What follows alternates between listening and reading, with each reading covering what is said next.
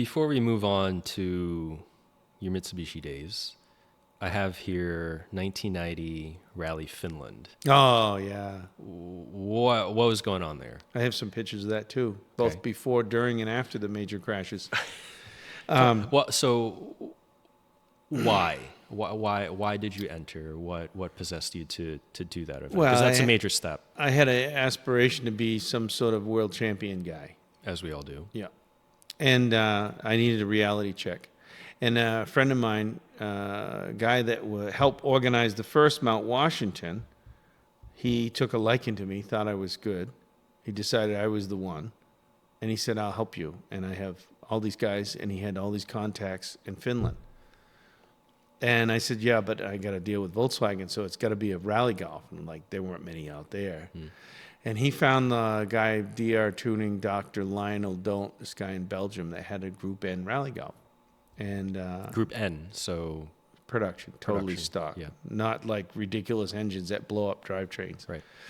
So, and then there was Tamo Taco and Sako Virma, and all three of us had a production-based rally golf in 1990. And then he also knew a bunch of the people there that he found a co-driver, Jaki Hankinen, who ended up being a pretty famous co-driver, and a very good driving coach. And so Jaki was willing to be my co-driver because he wanted to practice his English. And he didn't have a lot of English, but Jaki was he was really good. So I had Michelin was my sponsor then. And they gave me tires, so they sent over, hundreds of tires. I don't know how many I needed. Because it was a week long. It was 52 stages in those days. It was a week of recce and a week of the rally. So I'm assuming you were not used to that, the No. week-long recce. Like, Well, yeah. I mean, the only notes we'd done is the ones that the Right. co-drivers would pull out of their driving suits. you were given them to you. Yes. And we did technically do a couple practice runs when we made our own notes. So I wasn't totally new, but mostly. Yeah. The biggest thing that was my surprise is the roads are so wide. I wasn't used to having proper racing lines, right? I raced stock cars. I knew about lines, but I never really committed the way the Finns did it. Yeah. And because their notes were so good, they could commit to the notes like I never did before. Yeah. So everybody's doing like 120 everywhere. And you got to get used to that. So the first time when I first got there, and the Valvoline, I was going to say Valvoline was my sponsor, and they gave me money, and I got tires from Michelin, and I went to the bank and I said, I got a chance to race in this world championship, and I said I want to borrow money. They For said, a rally. well, I can't remember exactly how it worked, but the banker wasn't going to do it. So I said, how did I do that? I wanted to borrow, no, I remember. I wanted to build a garage, a new garage. Mine wasn't big enough.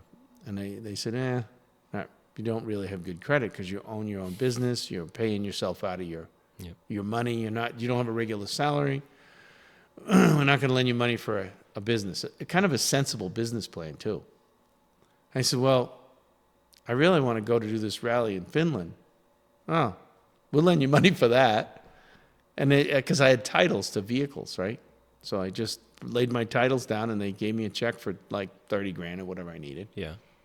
And I just, instead of building a garage and doing something sensible, I went and borrowed money and went racing. Do you think people could get away with that in this day? I don't know. If I go to the bank and I have enough titles for leverage, they'll lend you money. Yeah, enough collateral. If you don't have enough money and you can't afford, they'll just jack the interest up and.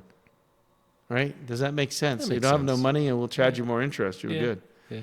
So I showed up in Finland and and the first test road was very narrow, kind of like our roads, almost a two-tracker. Yeah. And Yaki's like, I can't believe how fast you are. I thought the Americans were slow and terrible, but you were really quick.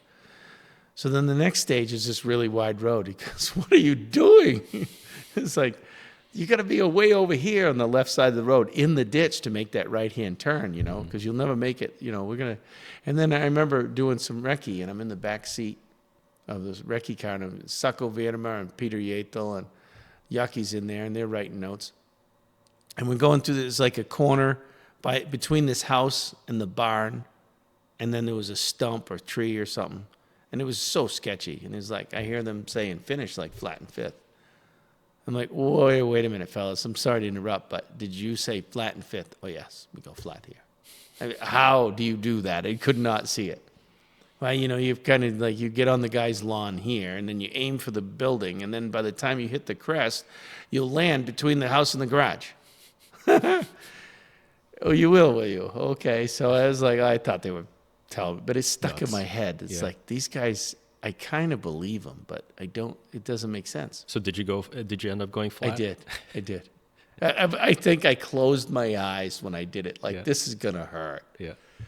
And it landed it did it just right. And so that was, I don't remember, the second day. But yeah, so I learned so much by lines and commitment and the different turns and whatever. There was just a lot to learn. And the car was pretty good. And then, but one of the things I didn't learn was the decreasing radius turns when they tighten late. How late and when did they tighten? And, okay, that was a little challenging. So my notes weren't particularly brilliant.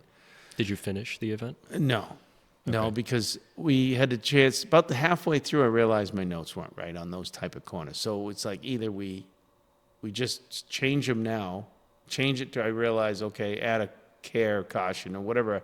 There was a couple things I changed to my notes that, okay, that makes more sense. But I couldn't change them all. So it's like, well, let's do the first 2 days.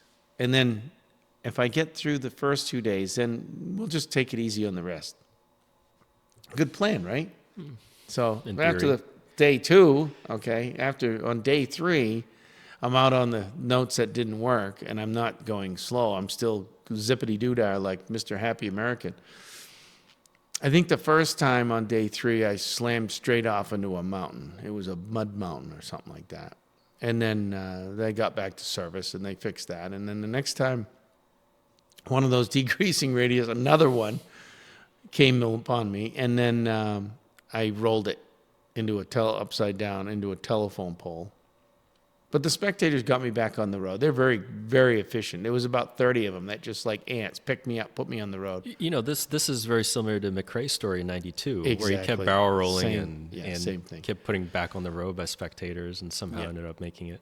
Yeah. Well, I got to the service, but there had 2 services. One was the big one on the other side of the mountain, and then this service was just a small service. They didn't have all the parts I needed.